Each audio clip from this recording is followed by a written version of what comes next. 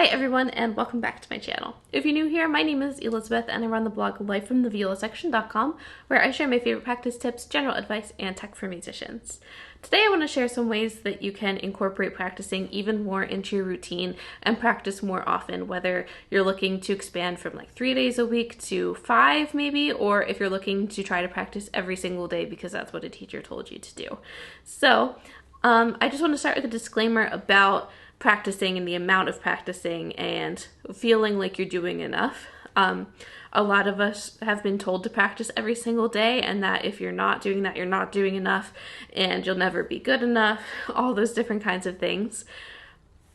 Everyone has different ideas on this topic. I personally think that it's very important to rest and relax and take a break from your instrument, whether that's 1 day a week or 2 days a week or once a month or whatever kind of works for you and your schedule and what you're looking to accomplish.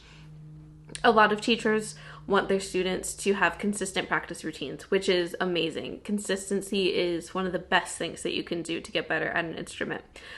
But strictly saying you must practice every day or practice every day that you eat, it can become a very negative thing and it can become an unhealthy habit and routine. So be sure that you are taking the time to take care of yourself, that you're not overworking yourself, that you're not doing something that will lead to an injury, and that you're not beating yourself up for being human, because it's almost impossible to sustain a practice habit every single day, especially if you go on vacation or if you get sick or if you have tests and school projects and things like that and you have to prioritize those. Life gets in the way, and that's okay. So just take everything with a grain of salt. Do what you can, incorporate what you would like into your schedule. And I think the main takeaway that I want everyone to get from this video is that there are ways that you can practice without practicing and incorporate those into your routine to do more by not quite doing less, but by not doing quite as much as you might think. With that said, let's get into the video. So the first thing I want to talk about is actually adding practicing to your routine and kind of this idea of habit stacking, which is where you take one little thing that you do in your routine and you add something else with it that you do at the same time or right before or right after, and then those become a routine together. So if you eat dinner every day, you can add practicing to that. Maybe you eat dinner and then you practice right away before you relax and get all comfy for the evening. And that in return, since you probably eat dinner every day, you'll probably practice every day, or at least maybe more often than you were before. So it's really important to add practicing into your daily routine, or at least your almost daily routine, whatever you're going for. So if there's 15 extra minutes between dinner and when you relax, that can be a great time to add in some extra practicing that you wouldn't have done otherwise. Or maybe right after you get home from school, you usually eat a snack and then do your homework. What if you ate your snack and then practiced and then did homework? Or maybe you do homework, eat a snack, and then relax. What if you do homework, eat a snack, then practice, and then relax? There are maybe some ways that you could add it into your schedule. And of course, I'm not saying you must practice. If you relax, you're guilty. That is absolutely not what I'm trying to get across today. That is what I think is a very bad mindset, and a lot of kind of old school, old style teachers will say those kinds of things. So just wanted to make a note of it. Another way that you can add in some practice is by literally scheduling it on your calendar or setting a reminder in your phone or putting it in your phone calendar, and it reminds you when it's time to practice. These can be very efficient ways of just adding it in, same time every day or same time Monday, Wednesday, Friday, different time Tuesday, Thursday, something like that. You can do what works for you. And with online calendars now, everything on your phone or your watch, wherever you keep things, it can really keep you on track because the technology is going to say, oh, it's 3 p.m. time to practice. And it's not like a person saying, well, maybe you can push it off to 3:15 or something. It's just going to tell you, it's going to give you the alert. And that can be a very efficient way to say okay, when my phone tells me it's time, I'm actually going to do it. And then it will give it to you steadily. My next tip is to practice without your instrument. So there are ways to practice that don't involve traditional practicing, what you might consider practicing.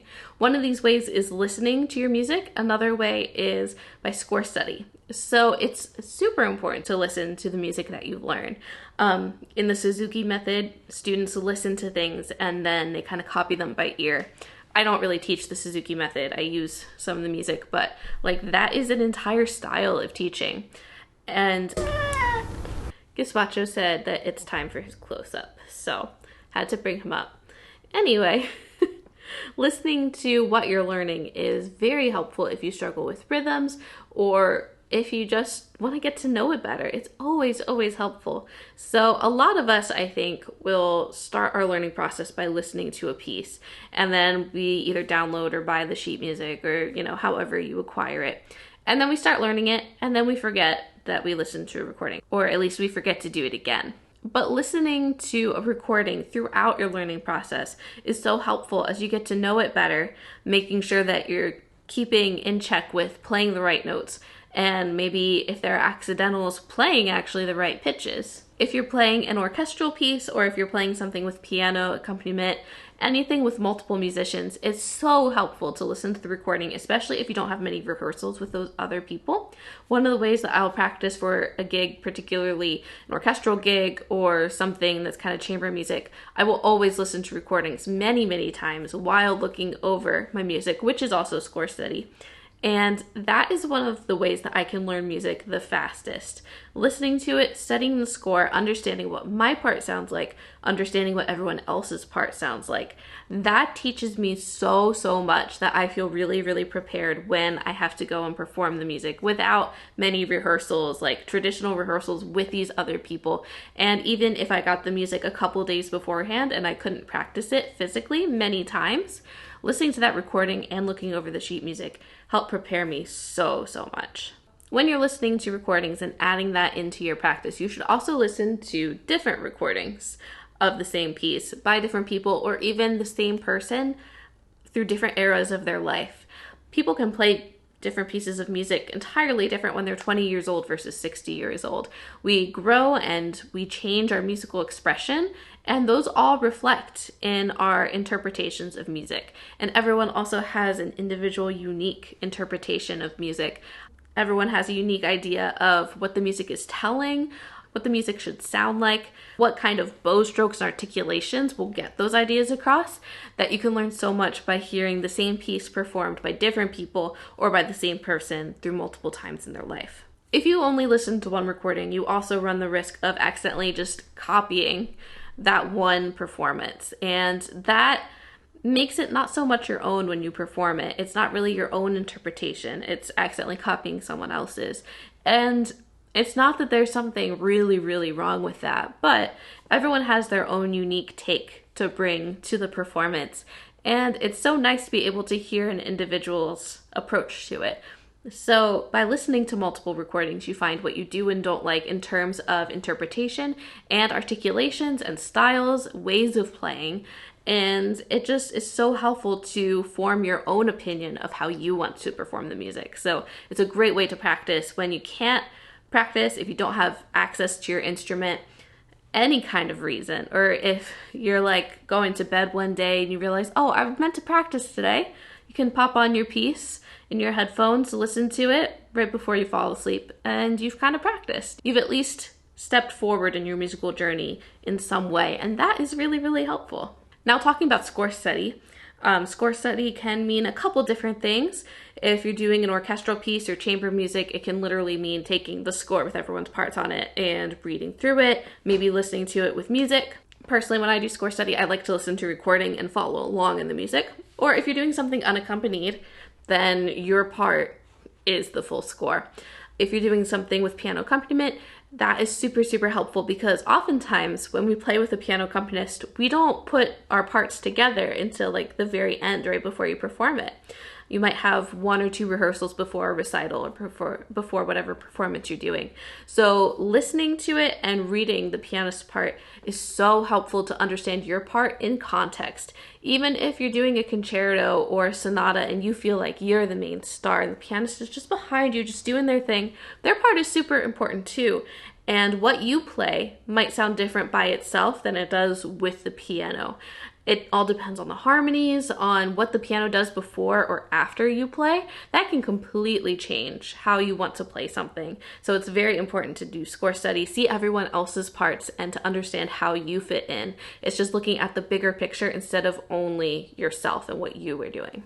One tip that I've talked before that I really love is to keep your instrument out and ready for any time that you maybe want to practice. So I personally play viola, violin, and piano. The piano's always out ready to go. That's just how pianos are. But I keep my viola and my violin on instrument stands out in my practice space, and I've done that for many, many years, as long as I've lived at home and mostly practice at home. In college, of course, I packed it up and brought it to the practice rooms on campus. So that's a different story. But if you live somewhere where it is safe to keep your instrument out, that can be a great way to keep yourself motivated, because the instrument is right there. When inspiration strikes, you can just pick it up and play. Having your instrument packed up can make it feel like out of sight, out of mind, and like it's a hindrance to get it out and start practicing, especially if you have low motivation in the first place, which there's nothing wrong with that. Sometimes practicing can feel like a chore, and it's not the thing that you want to do after working all day, and you just want to sit on the couch and watch TV because it's easier and it's more relaxing. There's no shame in that. That's just how we are. But having it out there and ready just kind of gets one step out of the picture, makes things just a little bit simpler for you. Of course, assess your surroundings. If you have small children or any nosy pets around, then it's probably not a good idea to keep your instruments out. My practice/studio space is closed off from the rest of the house, so when I'm not in here, the door is closed and my cat cannot get in, so it's safe where I am. Take this tip with a grain of salt if you've had bad experiences in the past. Another way to add in more and more practicing into your routine is to keep a practice log or have some kind of streak system. So I know practice logs can be traumatic for some people based on their experiences as kids. And I know that many, if not most of us or all of us, have lied on practice logs in the past. I'm sorry if my prior music teachers are watching this, but I definitely beefed up my practice time when I knew that my teacher was going to check my practice log. So I know that it might not be the best thing for everyone, but sometimes it can feel really, really rewarding to color in each day and see all of that color on a nice chart, and it keeps you motivated because you don't want to see that white negative space on the page. But that can also make you feel really guilty too if you don't want to see that negative space, because you think, oh man, I'm really letting myself down. But sometimes you just need a break. Sometimes you just need to rest, and that's okay. If you can make some kind of practice log or practice chart that takes account for the days that you don't want to practice, maybe I'll practice 20 out of 30 days of the month, then you can still have them all in a row and you fill it out, but you've still given yourself that time to rest that you might need. So you can always experiment with things like that if practice logs have not worked for you in the past.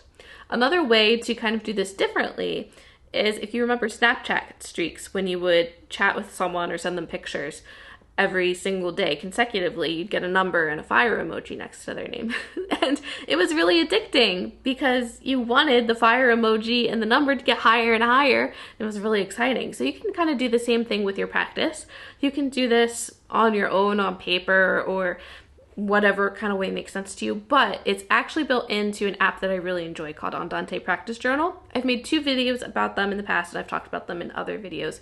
If you want to learn more about them, you can look up in the eye. I'll have them both linked up there, but they have a streak feature built in. So if you just tap a button to start logging your practice session, that's all you need to do if you don't want to go very in-depth with logging your practice and journaling and all of that. Then you just press done when you're finished with your practice session. And every day that you do it consecutively, in the app, it'll show you a little streak. And I think you can also have the streak as a widget on your phone if you use iOS. So that can be a really fun way to kind of gamify your practice, make it a little bit more fun and adventurous. And my last tip might seem a little obvious, but create goals for yourself. It's so helpful to have goals and checkpoints in your musical journey that you're working towards. That way you feel like you're really, really working for something, and that your practicing isn't just for nothing or isn't just for fun if that bothers you for some reason.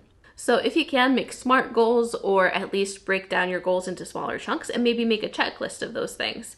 If goals really inspire you, you could write these down and just put them on your music stand or just somewhere around where you practice, just so that you have those goals in mind every time that you reach for your instrument. And if your goal is to get a better sound, you can break that down and think like, okay, I'm a string player, so everything is going to be strings related. But to get a better sound, make sure that you're playing with the right sounding point.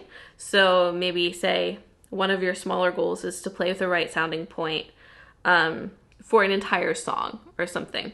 Then you can check that off. And then maybe your next one is to play with the good sounding point for an entire day or something, or for a week consecutively. Then you can check that off. Make sure you're doing your string crossings really smoothly and that you're playing on just one string at a time, and find like, okay, I want to do that this amount of times, and I'll put that on the checklist. So you can make smaller goals for yourself that will help lead you towards that end goal of getting a better tone or a better sound or getting more dramatic dynamics or playing more often or whatever it is. So you probably already have goals in your mind.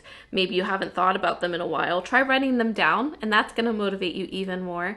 The more often that you play, the faster you're going to get to that goal. Of course, when you're learning music, your progress is not always linear. We have good days and then we dip down, but usually the trend trends upward. So just know that if you start practicing more, you might not notice a huge difference right away, but you probably will get better even faster. Again, I just want to say that practicing every day can become very unhealthy. It can also be a great thing for some people. So I hope that you're at least able to take away a couple tips to practice more if that's what you're looking for in today's video. If there's something you have tried in your own practice that's really motivated you, please leave it down in the comments. I would love to know, and it would help so many other people. If you liked today's video, please consider subscribing. I post new videos every other Sunday at noon Eastern Time. And sometimes you even get to see my cat Gazpacho. He says hi. And he says thank you for subscribing.